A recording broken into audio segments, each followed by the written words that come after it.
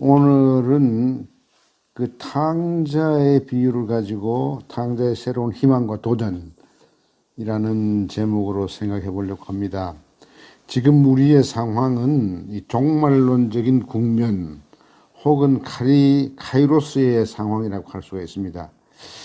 이것은 이제 카빗 19가 인류에게 준 피해가 너무 폭이 넓고 깊어서 불과 1년도 안 된 사이에 죽은 사람의 수가 미국이 금세기에 들어와서 세계 전쟁을 하면서 죽은 군인들보다 더 많아요. 그런데 이렇게 폭이 넓고 깊은 인간의 고통을 경험하면서 또 최근에는 영국에서 나온 새로운 그 변이된 이 카빗 20이라고 해야 할까? 이것이 또 우리를 위협하고 있으면서 참 흥미로운 것은 그 백인 중심의 선진 국가가 이것을 제대로 대응을 못해요. 이런 것을 보고서 이제 지금 세계 사람들은 혼돈과 그 불안 속에서 떨면서 지금의 이 혼란과 불안이 어떤 새로운 질서를 태동해낼 것인가 하는 것에 대한 관심을 증폭시키고 있습니다.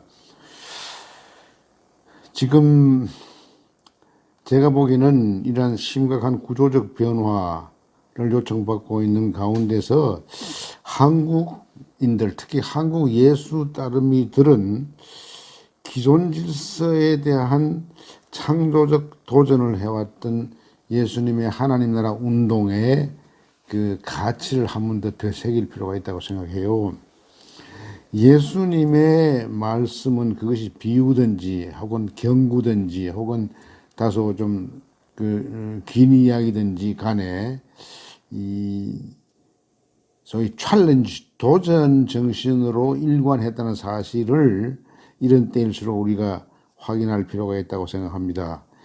예수님의 도전이라면은 뭐에 대한 도전인가? 이것은 여러분께서 아시는 대로 로마의 패권주의라고 하는 세계적인 질서 안에서 그 패권주의에 기생했던 팔레스타인의 토착 권력이 있었습니다. 이 사람들이 이제 그 로마 패권주의에 순응하면서 아주 위선적으로 대응해왔던 사실을 예수님 당시에 예수님께서 그걸 보시고 굉장히 분노하신 것 같아요. 그래서 여러 가지 비유에서 도전적인 선포를 하셨죠. 그래서 나는 오늘 이 예수님의 도전적 비유를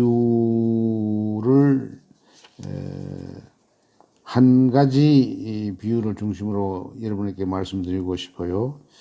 예수님의 비유는 대개 이제 성서 신학자들이 세 가지로 분류를 합니다. 수수께끼 같은 비유가 있다. 이것은 잘 알아듣지 못하는 거니까 수수께끼 같이 듣는 것이죠. 둘째는 모범적인 인간을 부각시키기 위한 그 example parables 있어요. 그런데 예수님은 이 리들 패러블이나 example 패러블보다도 챌린지 패러블에 아주 굉장히 역점을 두고 말씀하셨어요. 왜냐하면 그것이 하나님 나라에 빛을 던져주는 메시지이기 때문에 그렇죠.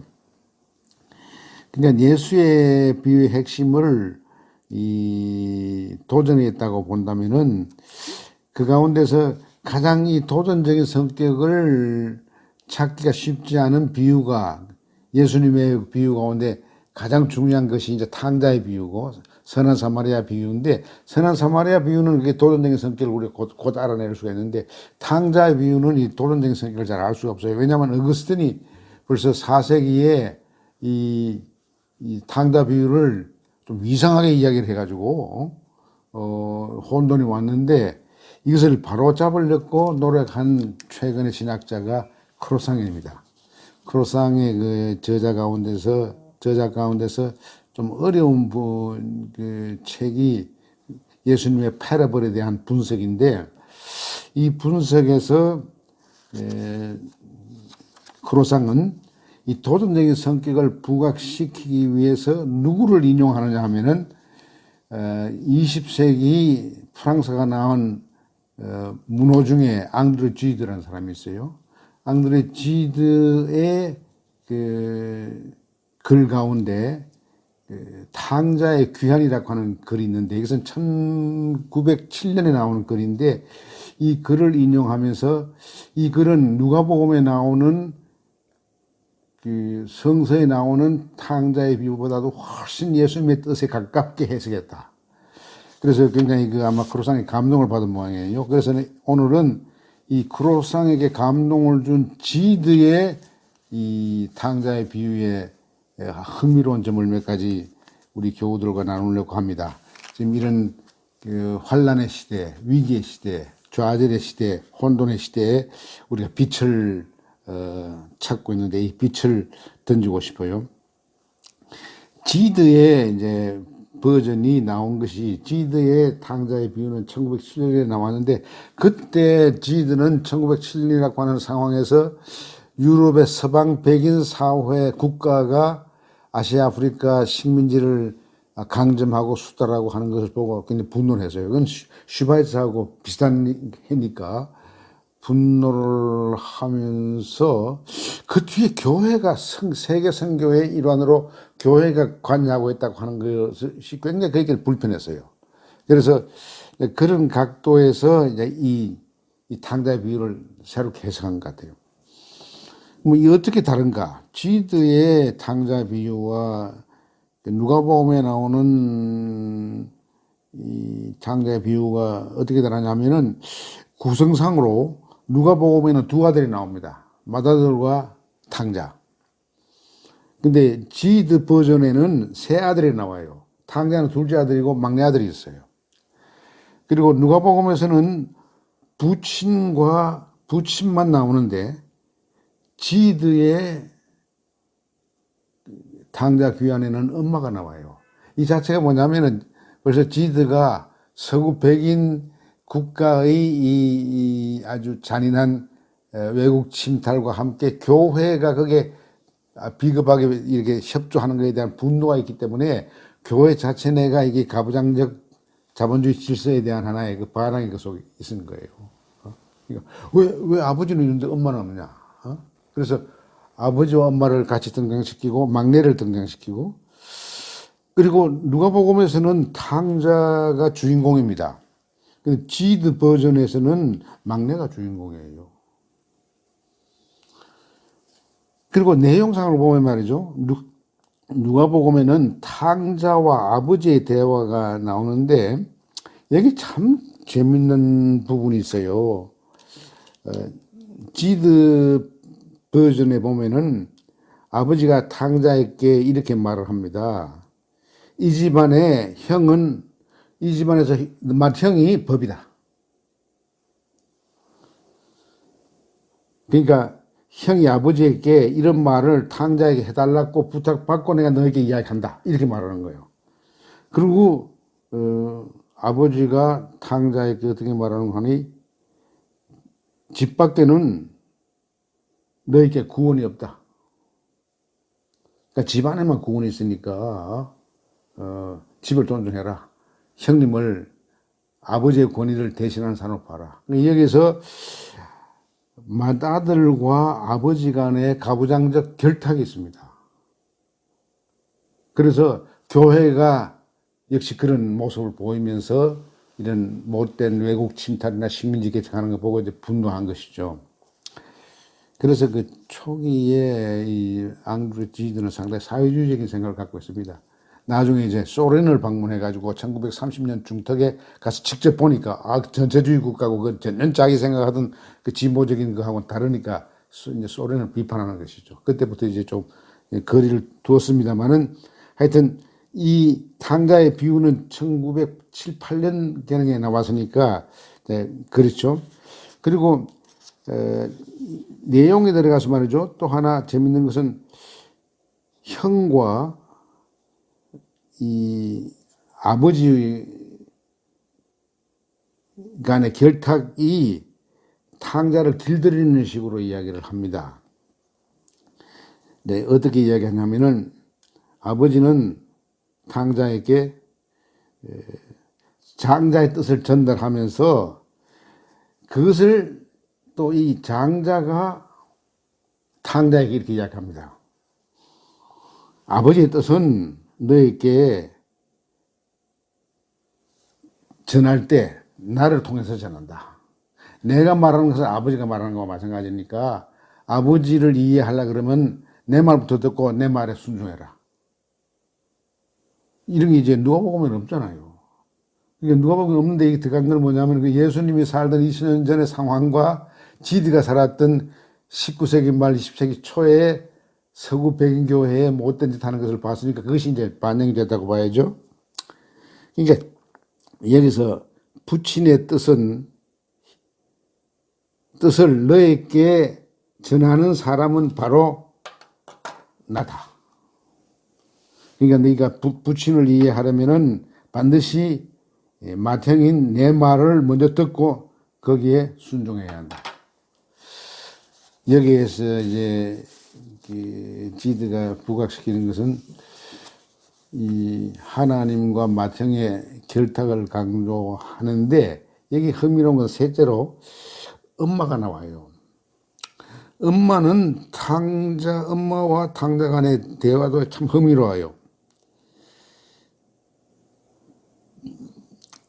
엄마는 탕자에게 이렇게 말합니다.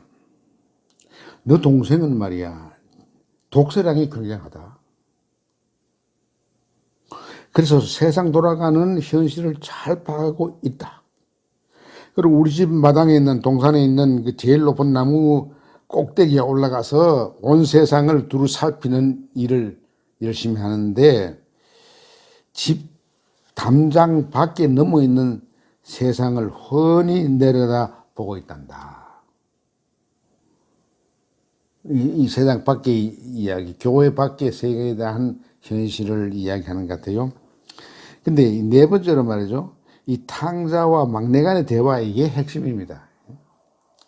왜냐면 누가복음에는 막내가 없으니까 그런 대화가 없잖아요. 이제 그 대화가 이런 대화입니다.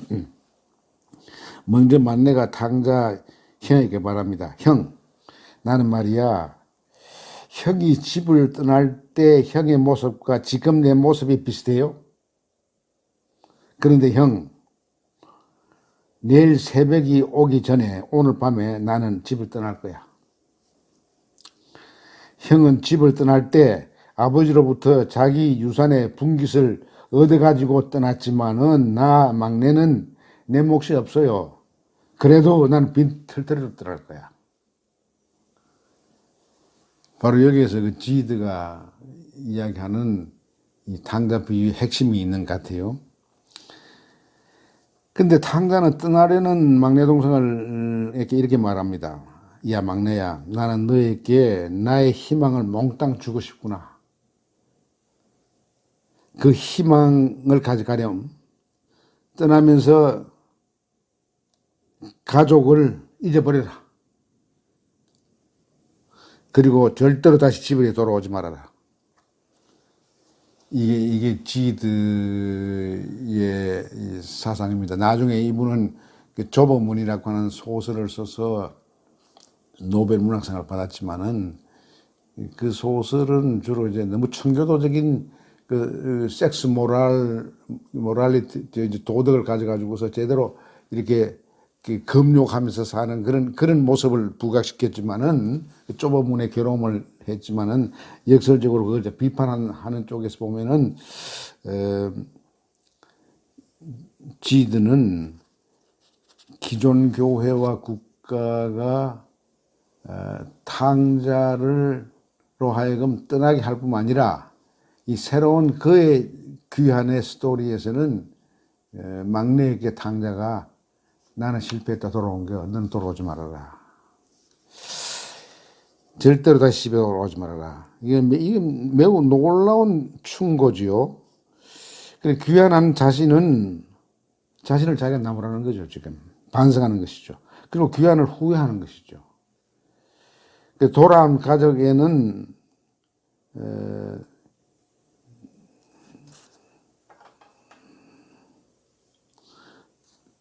옛 모습이 변하지 않았다는 걸 자기가 확인했거든. 탕자는 집에 와보니까 자기도 잘못했지만 와보니까 여전히 아버지의 권위를 세워주는 형이 있고, 누가 보면 그렇잖아요. 형이 오히려 아버지에게 이제 불만을 말하는데, 그러나 아버지가 마지막으로 이야기한 것은 내가 소유한 것도 니까 아니냐. 이렇게 이야기함으로써 기존의 이 종교 체제나 국가 체제를 용인하는 쪽으로 유도하는 모습은 있지만은, 여기 지들은 그것을 뒤집는 겁니다. 왜냐하면 지들은 자기가 19세기 말 20세기 초에 살아본 현실에서 크리스천즘이라고 하는 게, 기독교 왕국이라고 하는 것이 얼마나 성서의 예수님의 하나님 나라와 멀다는 걸 알았기 때문에 그런 거죠. 과연 지드의 탕자 귀환은 누가복음의 탕자 귀환과 다른데, 이 차이에서 우리는 무엇을 확인할 수가 있을 것인가? 예수의 비유 말씀이 진실로 도전적이었다고 한다면은 우리는 지드의 버전에서 그 도전 정신을 쉽게 확인할 수가 있습니다. 성서의 누가복음보다 더 쉽게 확인할 수 있습니다. 누가복음은 이렇게 혼돈해요. 장자를 이게 뜻받드는 것인지 무시하는 것인지 확실치 않는데, 여기서는 명백합니다. 탕자 자신이 막내한테 돌아오지 말아라, 나처럼 실패하지 말아라 하는 이야기를 하니까요. 그리고 예수의 도전적 비유를 어거스틴은 이걸 수수께끼 비유로 나 혹은 모범 비유로 해석했는데, 그것은 역사 예수의 그 원래 의도와는 다르다는 것을 크로사는 자기 저서에서 지적하면서 지들을 부각시킨 것이죠.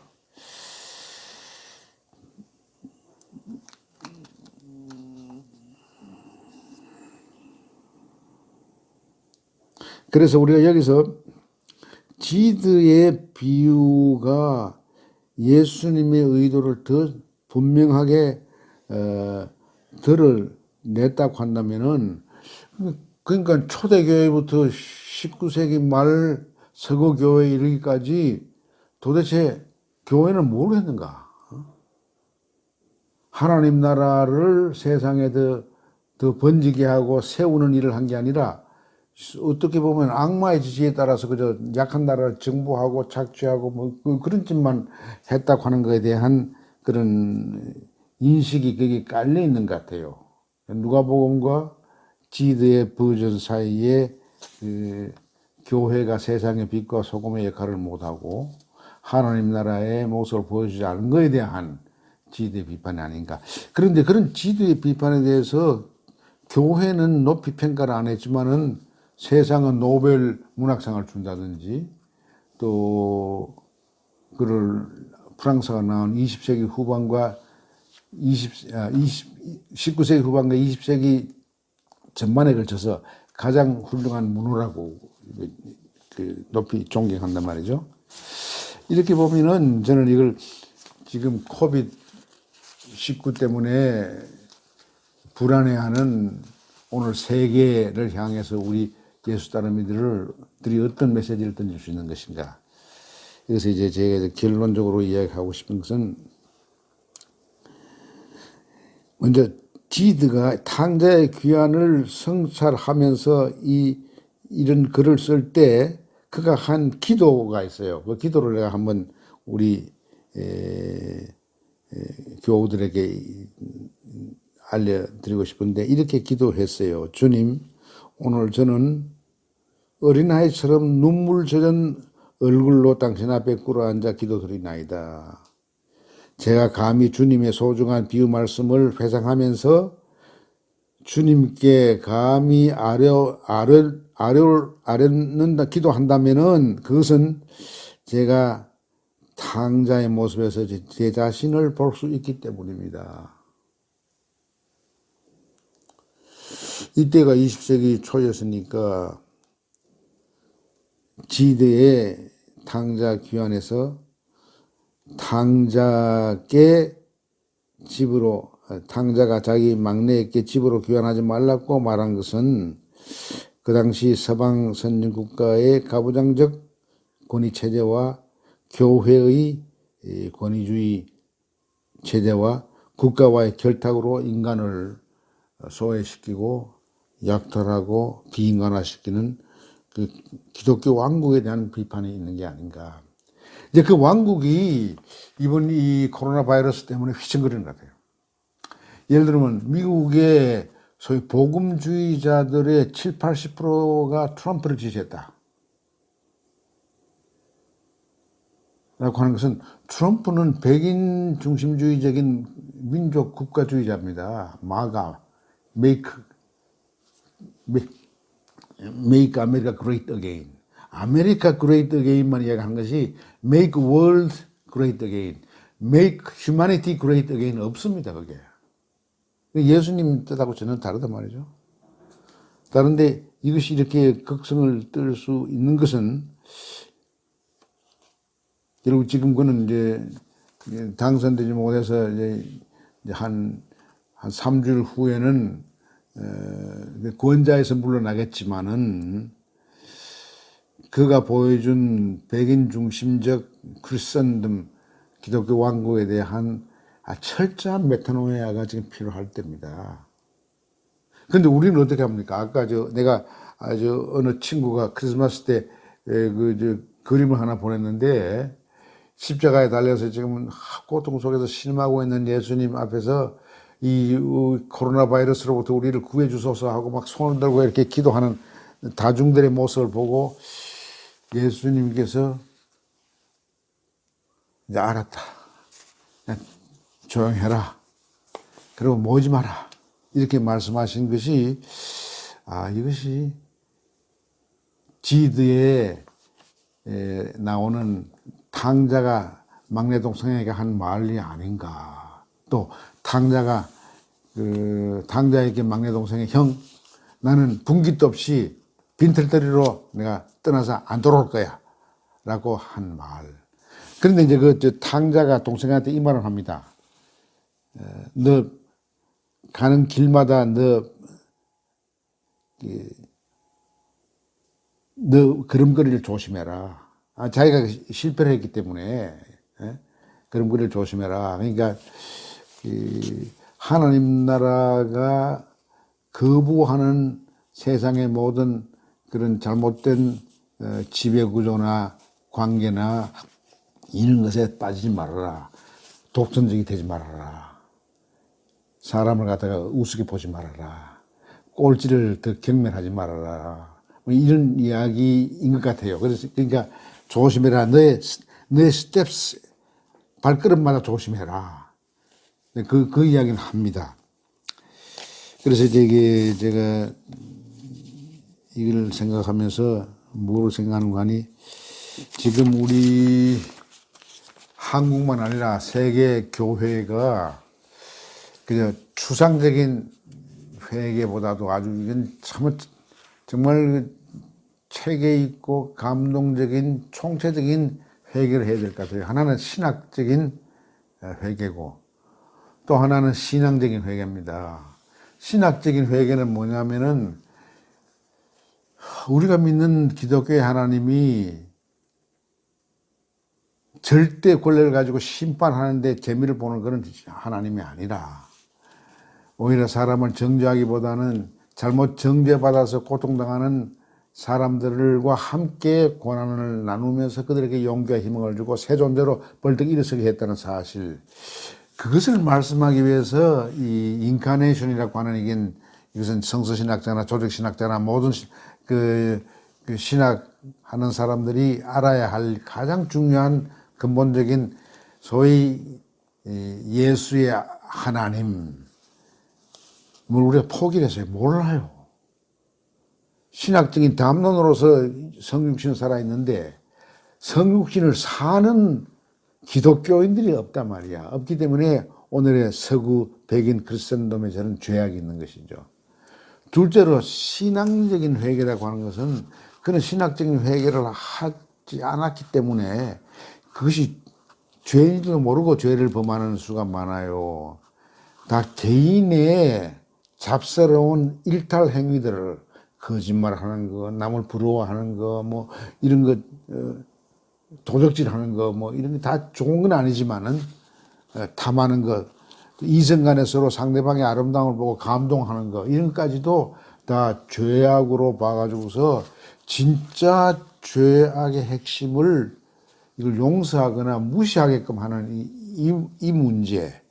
그러니까 복음주의 교회 목사들의 70%가 트럼프를 지지했다. 이런 이제 사태가 오는 것이죠. 우리나라에도 이 태극기 부대나 이 성조기 부대가 그런 차원에서 죄를 자기들이 저지르고 있는 그런 행동과는 전혀 관계없는 차원에서 그저 예수 불신 무슨 지옥 가는 그런 게 그렇게만 강조하는 것이죠. 이거 한국이나 그 외국의 교회 지도자들이나 이 신학자들 책임을 져야 돼요. 그래서 내가 이게 이 메타노이아를 할 때는 깊고 철저하게 해야 한다는 뜻은 신학적인 회개를 먼저 해야 돼요. 근데 회개한다 그러면 다 이게 퍼스널하는 회개를 이야기하지 신학적인 회개란 말 안 쓰더라고요. 나는 오늘 이거 보면서 아, 신학적인 회개를 한 사람이 지드였구나. 그런데 우리 그런 신학적인 회개하는 사람이 없잖아, 우리는. 그러니까 신앙적인 회개는 더 잘못하고 있는 것이죠. 그래서 이번 이 카빗 19가 카빗 20으로 진화하고 있는 이 변이 되고 있는 이 위기 상황에서 우리는 시간의 여유를 가지고 정말 깊이 신학적인 성찰을 해서 우리가 제대로 믿고 있는 것인가, 우리가 믿고 있는 것을 이게 신학적인 담론으로 만들어내고 있고 그 담론을 우리가 실천하는가 하는 것에 대한 근본적인 그 자기 뉘우침을 해야 될 것 같아요. 여기 지드가 아까 말하는 탕자의 비유 를 쓰면서 기도한 게 있잖아요. 나는 내가 탕자 속에서 나를 보았기 때문에 하나님, 난 눈물을 흘리면서 얼굴에 눈물이 범벅이 되어서 눈물을 흘리면서 꿇어앉아 하나님께 기도를 드립니다. 우리 그런 신앙이 필요한 것 같아요. 그래서 이젠 내가 지난번에 우리 그 젊은 신학자들하고 이야기할 때 그 이야기 했지만은 30몇 년 전에 세일교회 시작할 때 나는 조그마한 대안으로서의 세일교회를 생각했는데 근본적인 신학적인 이 메타노이아와 신앙적인 메타노이아를 함께 묶어서 근본적인 새로운 도전을 하는 그 메시지를 전달하지 못한 것에 대해서 마음 아파하면서 한 이야기가 있는데 그것을 나 다시 되풀이하고 싶어요. 정말 지드 수준에는 이르지 못한다 하더라도 지드 수준의 탕자의 고민을 증가하면서 새로운 대안을 제시하는 그런 하나님 나라 운동이 우리나라에는 필요합니다. 특히 우리나라는 강대국에서 의해서 너무 억울하게 이 강점당하고 강점당한 후에 분단 75년간 이렇게 억울한 고통을 당하고 있기 때문에 우리의 역사적인 이 비극의 현실 속에서 과연 새로운 질서가 어떤 질서가 되어야 하느냐. 이것을 한국 기독교인들이 왜 이 일을 위해서 몸을 던지지 못했느냐. 말로는 몸을 던졌다고 생각하는데 전혀 딴 방향으로 던진 게 아닌가 하는 이런 자성의 아픈 시간을 이 코로나 바이러스가 창궐을 이때 우리는 해야 한다. 그러니까 지금 비대면이지만은 비대면 속에서 이 메타노이아는 아무 관계없이 할 수 있습니다. 오히려 비대면 상태에서 더 깊이 하나님 앞에서 눈물을 흘리면서 할 수 있다고 생각해요. 그래서 우리가 이 눈물을 흘리는 심정으로 이 탕자의 비유를 여러분 다시 한번 생각해 보시기 바랍니다. 과연 오늘 내가 돌아갈 집이 있는가? 그 집이 그런 집인가? 예. 여러분 용기 내시기 바랍니다. 힘 얻길 바랍니다.